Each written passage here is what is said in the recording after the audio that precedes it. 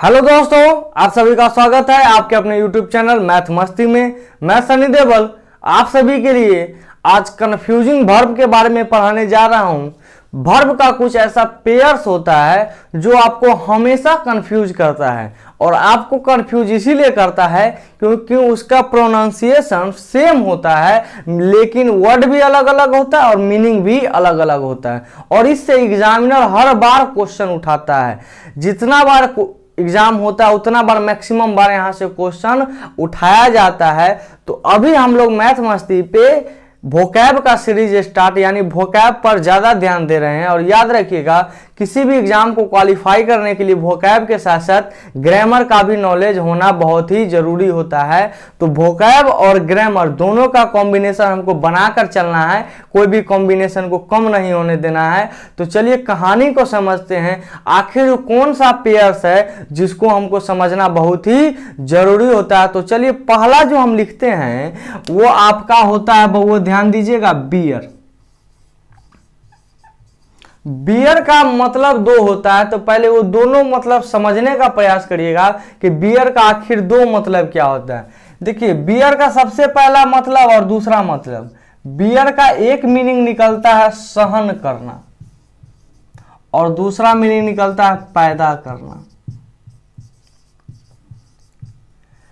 अब हम पहले ही बता चुके हैं कि इंग्लिश का एक वर्ड का कभी भी एक मीनिंग नहीं होता, उसका बहुत सारा मीनिंग निकलता है। तो उसी में से है ये बियर। बियर का एक मीनिंग सहन करना, दूसरा मीनिंग पैदा करना। अगर सहन करना होगा तो इसका V2 बनाना होगा बोर, और इसका V3 बनाना होगा BORNE। बोर्न में ई लगा दिया जाता है। और अगर पैदा करना का बनाना हो तो BORE, और इसका V3 BORN, ये लिखा जाता है। ये इसका V2 और V3 होता है, जिसको पास्ट इंडेफिनिट और पास्ट पार्टिसिपल भी कहा जाता है। तो ये बात ध्यान रखिएगा। बियर का दो मीनिंग, पहला मीनिंग हो जाएगा बबू सहन करना। अगर सहन करना का मतलब होगा तो इसका V2 हो जाएगा बोर और V3 हो जाएगा BORNE। इसमें याद रखिएगा ई लगता है, जबकि पैदा करना में इसका V2 और V3 में ई नहीं लगता। ये आपका हो गया V2 और ये हो गया आपका V3। अभी V2 V3 क्या है, तो ये वर्ब का दूसरा रूप और वर्ब का तीसरा रूप है। हम लोग को पता है कि वर्ब का 5 रूप होता है, V1 V2 V3 V1 plus ING V1 plus S या ES। जनरली चौथा और पांचवा में चेंज तो नहीं हो सकता है, तो वहां कंफ्यूजन होता है। तो आपका एग्जामिनर कहां से पूछेगा, तो आपका एग्जामिनर V2 या V3 से पूछेगा, क्या कि वहां आप कंफ्यूज करिएगा। दूसरा देखते हैं, दूसरा है हैंग। हैंग का भी दो मतलब होता है। पहला मतलब तो सबको पता है, हैंग का मतलब होता है लटकाना। कोई भी चीज आप लटकाते हैं, कपड़ा लटकाते हैं, मार्कर लटकाते हैं, मगर जब फांसी पर लटकाना, इसका दूसरा मीनिंग होता है फांसी पर लटकाना, तब यहां पर इसका V2 और V3 में परिवर्तन हो जाता है। और परिवर्तन क्या होगा सो देखिएगा।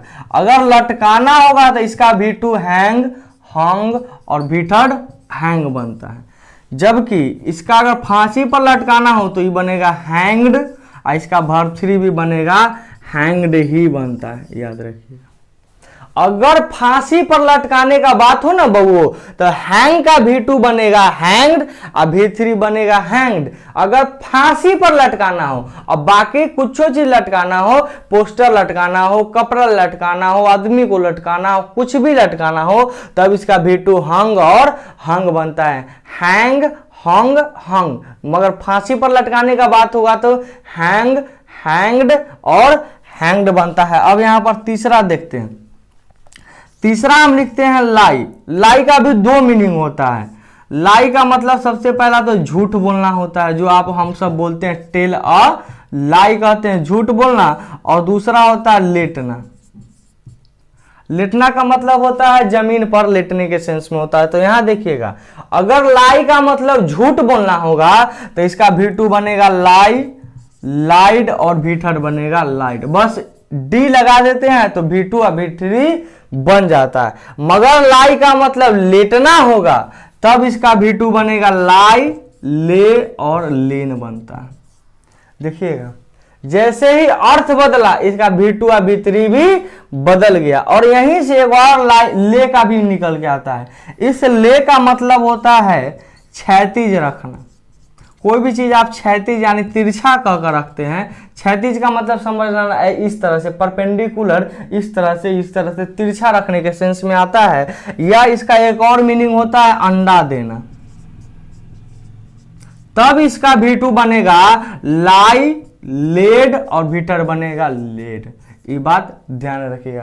तो ये लाई का कंफ्यूजिंग पेयर था। लाई का मतलब क्या होता है तो वो बात समझने का प्रयत्न करते हैं। अगला एक और शब्द लिखते हैं ग्राइंड। ग्राइंड का मतलब होता है वो पीसना। तब अगर ग्राइंड का मतलब पीसना के सेंस में होगा तब इसका V2 आप बनाइएगा ग्राइंड, ग्राउंड और ग्राउंड। ये हो गया V2 और V3 हो गया। मगर यही ग्राउंड का कभी कभी ग्राउंड का भी आपका पूछ लेता है V2 और भीटर। तो ग्राउंड का मतलब होता है, मान के चलिए कोई आप जहाज वहाज को जमीन पर लाते हैं या उसको जमीन धराते हैं, कोई भी चीज जमीन पर ग्राउंड पर लाना, ग्राउंड पर ला रहे हैं, तब उसका V2 और भीटर बनेगा वो बस ईडी लगा देना ग्राउंडेड और भीटर बन जाएगा आपका ग्राउंडेड। यही होता है कंफ्यूजिंग पेयर्स का समूह। यहां पर आप जनरली कंफ्यूज करते हैं, इसीलिए जहां कंफ्यूज करिएगा वहां से एग्जामिनर 100% क्वेश्चन उठाएगा। तो इस ग्राउंड का मतलब होता है जमीन पर लाना के सेंस में होता है, तो ध्यान रखिएगा। अगला भी बड़ा प्यारा सा है सी। सी का तो जनरली सबको पता होता है मीनिंग। सी का मतलब होता है देखना के सेंस में होता है। तो इसका V2 बनेगा सी 100 और भीटर बनता है सीन। यानी जब कोई जनरल देखने के सेंस में आता है तो सी 100 सीन। मगर यहां पर इस एक 100 का मीनिंग बदल जाता है। इस 100 का मीनिंग होता है आरी से काटना। कोई भी चीज नहीं देखते हैं, लकड़ी कारपेंटर वगैरह आरी से काटता है, तो आरी से काटना। अगर ये आरी से काटना के सेंस में बनेगा तब एक भीटर बनेगा सी 100 सॉड, या इसका एगो सौन भी होता है। और याद रखिएगा एक और होता है कंफ्यूजिंग वर्ड। एगो 100 का मतलब होता है बोना भी होता है, जो फसल वगैरह बोते हैं तो वो भी होता है। तो इसका V2 बनेगा सॉड और इसका भीटर बनता है सौन बनता है, याद रखिएगा। तो ये पेयर बहुत ही खतरनाक होता है, यहाँ से बहुत ही आप कंफ्यूज करिएगा, तो ये बात ध्यान रखिएगा। एगो अगला लिखते हैं, अगला है रेंड। रेंड का मतलब होता है चीरना। जब चीरने के सेंस में होता है तब इसका V2 बनता है रेन, रेंट और रेंट। एगो रेंट मतलब होता है किराया पर देना। देखिएगा RENT, कंफ्यूज नहीं होइएगा। किराए पर कुछ देना, किराए पर लगाना या देना के सेंस में लगाना या देना। तब इसका V2 बनता है रेन, रेंटेड और रेंटेड बनता है। देखिए समझिएगा, रेंट का मतलब होता है चीरना। जब कोई भी चीज चिड़िएगा, फाड़िएगा, तब उसका V2 बनेगा रेंट और भीटर बनेगा रेंट। और जैसे ही रेंट आ गया तो रेंट से कंफ्यूजिंग पेयर्स बनता है। आई पेयर्स आपको बनेगा, रेंट का मतलब हो गया आप किराए पर देना, जो आप जनरली विद्यार्थी लोग किराए पर रूम लेकर रहता है। तब इसका V2 बनेगा रेंटेड और भीटर बनेगा वो रेंटेड बनता है। तो ये बात ध्यान रखिएगा। एक और लिखते हैं राइज। ये तो सबको पता है, राइज का मतलब उठना होता है। कोई भी चीज अगर उठ रहा है तो वहां पर होता है राइज। तो इसका V2 बनता है राइज, रोज, राइजन बनता है। बस यहां से प्रोनाउंसिएशन के हिसाब से 3 पेयर्स बनता है। राइज का अगर उठना का मतलब होगा, हम यहां लिख भी देते हैं, राइज का मतलब अगर उठना होगा तब इसका V2 बनेगा राइज, रोज और राइजन। एक और रेज भी होता है, एक ये रेज होता है और एक ये रेज होता है। देखिएगा ये रेज का मतलब होता है उठाना। जैसे आप कहेंगे कि इसका आंसर किसको पता है, तो हाथ खड़ा करो, तो हाथ खड़ा करिए। जो आप हाथ खड़ा करते हैं, जो आप उठाते हैं, उसके लिए प्रयोग करते हैं RAISE, raise. Raise a question. RAJD का मतलब होता है कोई भी चीज तबाह कर देना, बर्बाद कर देना। हम इसका यहां भी लिख देते हैं तबाह करना, या बर्बाद करना के सेंस में होता है रेज। अगर रेज का मतलब प्रश्न उठाने के सेंस में होगा तब इसका V2 बनेगा रेज्ड और रेज्ड बनता है। मगर रेज का मतलब अगर कोई भी चीज तबाह कर देना, नष्ट कर देना के सेंस में होगा तब इसका V2 बनेगा रेज्ड और रेज्ड बनता। तो ये बात ध्यान रखिएगा, ये भी इससे भी बहुत सारा क्वेश्चन बनता है। ये ऐसा पेयर्स है जिसका प्रोनाउंसिएशन, जिसका उच्चारण जेकर बोलने में सेम लगता है, वो टाइप के कंफ्यूज होगा। और जहां से कंफ्यूज होगा वहां से क्वेश्चन आएबे कर। तो चलिए अगला शब्द को देखते हैं, फाइंड। अगला शब्द लिखा हुआ है फाइंड। इसका मतलब होता है पाना। कोई भी चीज आपको, चलिए मान के चलिए रास्ता में चल रहे हैं, मिल गया, 2 रुपया मिल गया, 10 रुपया मिल गया, तो उसको कहते हैं फाइंड। फाइंड का मतलब होता है पाना। अगर पाना होगा तब होगा फाउंड। इसका V2 फाउंड हो जाएगा, V3 फाउंड हो जाएगा। मगर इस फाउंड का एक और पेयर्स बनता है और यहां पर होता है फाउंड। इस फाउंड का मतलब होता है स्थापित करना, स्थापित करना। मान के चलिए कोई समूह हो गया, कोई घर हो गया, कोई दुकान हो गया, कोई मकान हो गया, कोई भी कुछ चीज को आप निर्माण करते हैं और लिखा जाता है एस्टेब्लिश यानी स्थापित करना के सेंस में, तब फाउंड होता है स्थापित करना। इसका V2 होता है फाउंडेड और V3 होता है फाउंडेड। इसका V3 बस ED लग जाता है, ये बात ध्यान रखिएगा आप। अगला पेयर है आपका फ्लाई। फ्लाई का मतलब सबको पता है, फ्लाई का मतलब होता है उड़ना। तो इसका V2 बनेगा फ्लाई, फ्ल्यू और फ्लोन बनता है। और इसका एक और बनता है, यहां से एक और बनेगा फ्लो। फ्लो का मतलब होता है बहना।